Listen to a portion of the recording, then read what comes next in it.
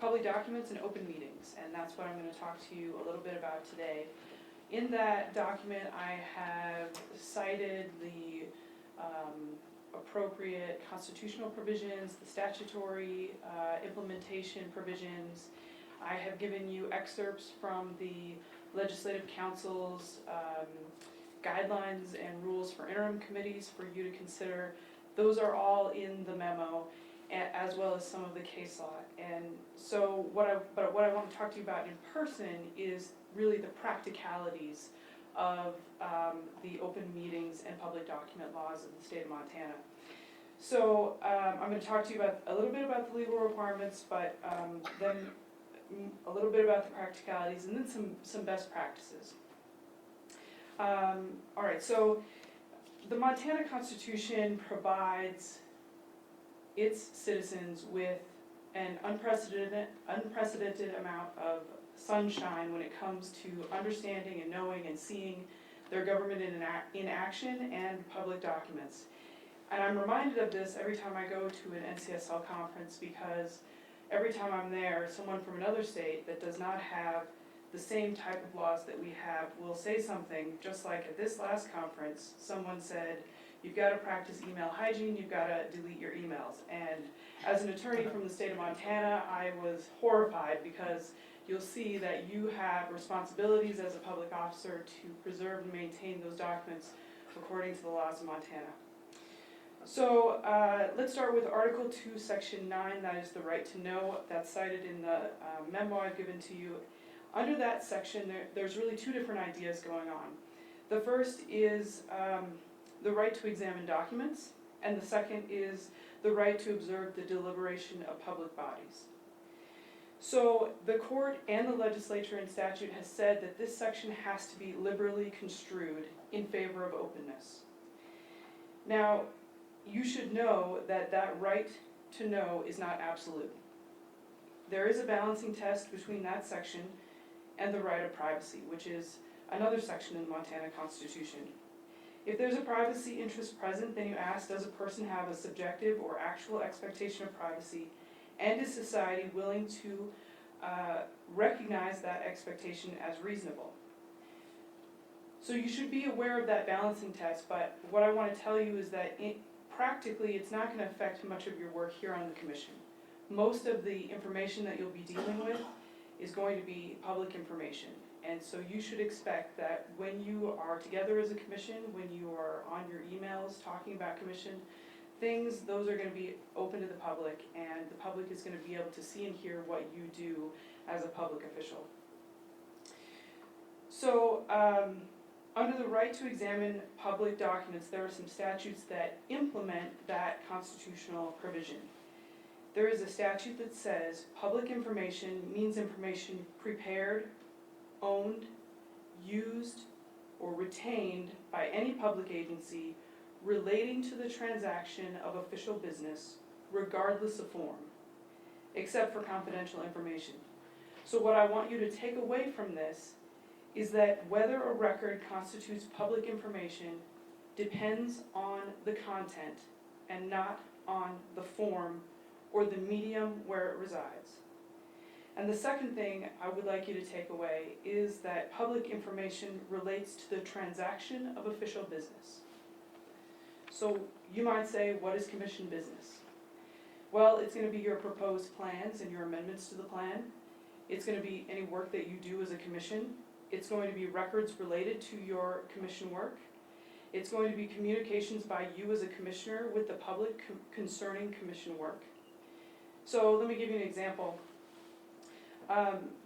Someone writes you as a commissioner in your public capacity, but they send it to your private email.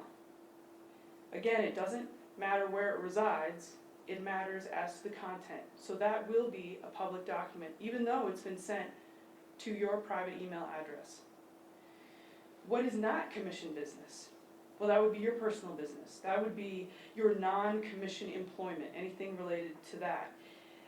There are transitory documents that are newsletters, invites, correspondence that isn't related to official commission business that are sent by associations such as NCSL, CSG, the Council for State Governments. Since those are transitory documents, those are not considered public documents, and those can be deleted. So if you receive, let's say you have a friend who sends you an email on your public email account, and they want to go to lunch with you, and it has nothing to do with commission business. You might receive that email on your public account, but that is not a public document, because again, we go back to the content of the document itself. So what does this mean for you? Well, it means that the public has a right to examine and take a copy of public records. This could include public records, as I said, stored on your own email account or received in hard copy by you as a commission member. So these records need to be properly managed. So as for managing public records, the branch manages a majority of the commission documents. The commission minutes, the agendas, the correspondence related to legislative business that is routed through or distributed by legislative staff is going to be managed in-house. But you as a commission member might be receiving documents or sending emails or receiving emails that do not get routed through legislative staff or through the branch. So you need to know that you're responsible for maintaining those in accordance with Montana law. So there could be correspondence relating to your commission business that comes to or from you directly, and those could be in email form. So my suggestion to you is, as far as I understand, all 5 of you have state email accounts. My suggestion to you is to use that email exclusively for your commission business, not to let it bleed over into your personal email. That will make it easier to retain those documents, and also if we have public document requests to respond to those document requests, and it will also allow the state to properly archive those emails. The documents might also be in hard copy form, so let's say you receive something in hard copy form. My suggestion to you is to keep it in a file or to transfer it to legislative staff so that we can properly retain those documents. If you do keep a file, the commission dissolves once the plans are filed, so I would recommend that you transfer your files before the commission is dissolved or upon the dissolution of the commission. So we often tell legislators who are in similar positions to you that they should have a signature line on the end of their emails that informs correspondence that emails may be subject to public record requests.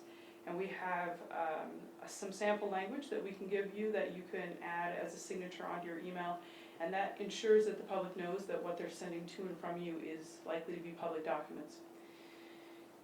If someone makes a request for your records to you, please contact the branch's chief legal counsel or the executive director for assistance in responding to that request. If the branch receives, usually the branch will receive the request. If the branch receives the request and it involves you, you'll be told by the branch. Please ensure that your state account is used primarily for commission business and is not used for for-profit or non-profit business. And if you ever have a question about something that you've received, you're not sure, is it a public document, is it not, please talk to me. I'd be happy to talk to you about whether it should be retained or if it can be deleted or destroyed. I guess I would add that the current retention policy for the legislative branch, which is statutorily assigned for the legislative branch, has a retention policy, and documents relating to the commission under that policy is currently 10 years in their current form, and then they're permanently archived. Now that policy is being revised, and so I can't tell you what it will read after the Legislative Council has finished with it, but I guess the takeaway here is, if it is a public document, please don't delete it or get rid of it because you're responsible for retaining it. Having said that, if it is a copy of something, like I said, the legislative staff is going to be, if it's on the website, you don't have to keep extra copies of the agenda. There is already a document that has been retained on the website. So anything that you receive during a meeting, once you're done with it, you can destroy those.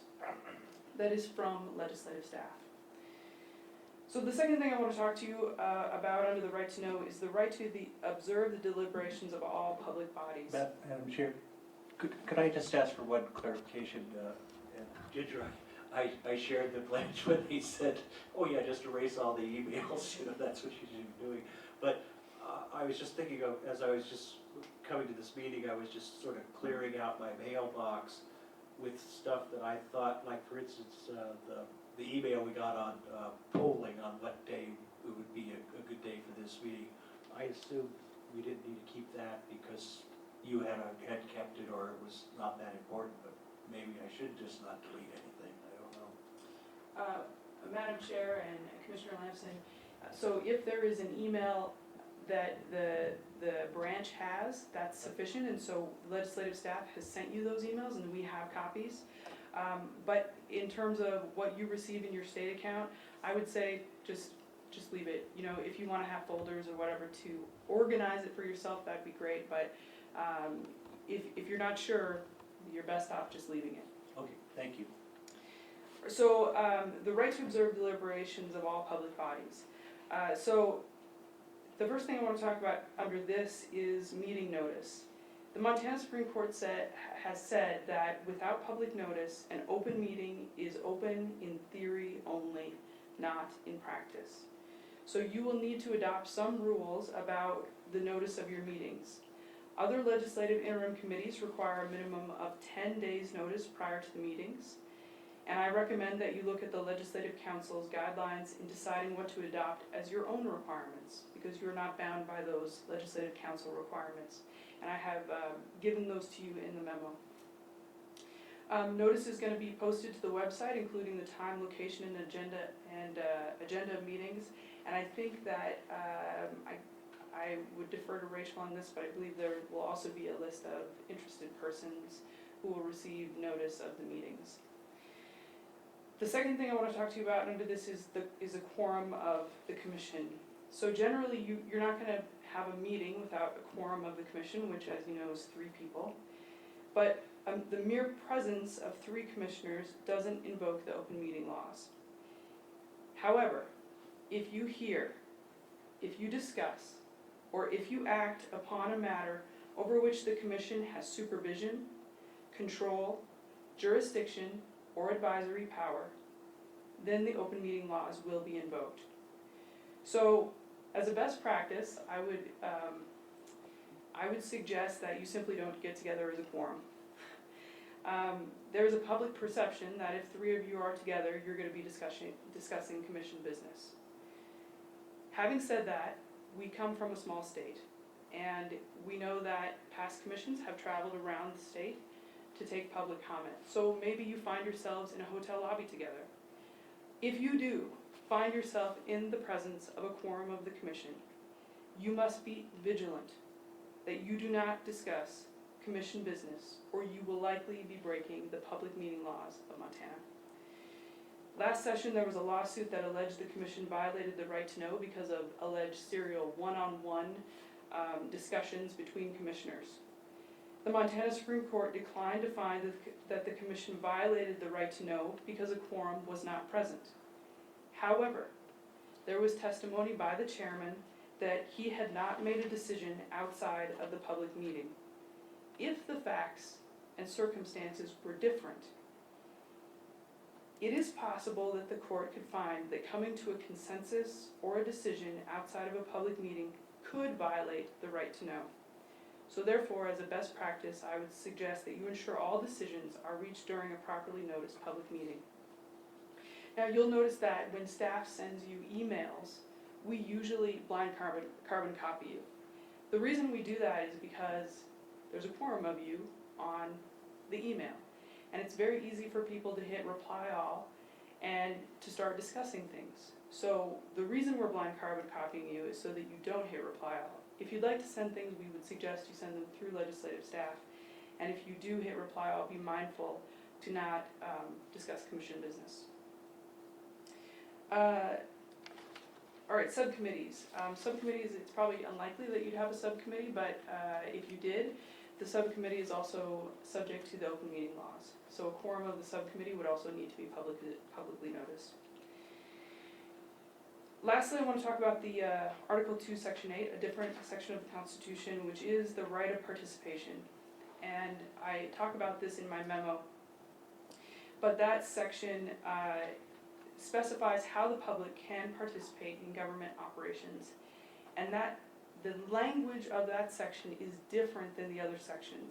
And it talks about agencies. Agencies has been defined by the legislature not to include the legislative branch. And the recent court decision has confirmed that that article does not apply to the legislative branch, including the commission. Having said that, that doesn't mean that you can't decide how you want the public to interact with you and that you want them to participate in your decisions, and that you can decide if you would like to adopt whatever standards you want. I did put in the Legislative Council's guidelines to interim committees, because the Legislative Council, in their rules, procedures, and guidelines, has determined that the legislative interim committees should adopt public comment. So that's something for you to consider when you adopt your own rules and policies. Having said that, there is a requirement, a statutory requirement, for you to have one public hearing on each plan before final adoption. So there is, at a bare minimum, the one hearing on each, but you can certainly decide that you would like more, and if you do, you should decide to put that in your policies that you adopt.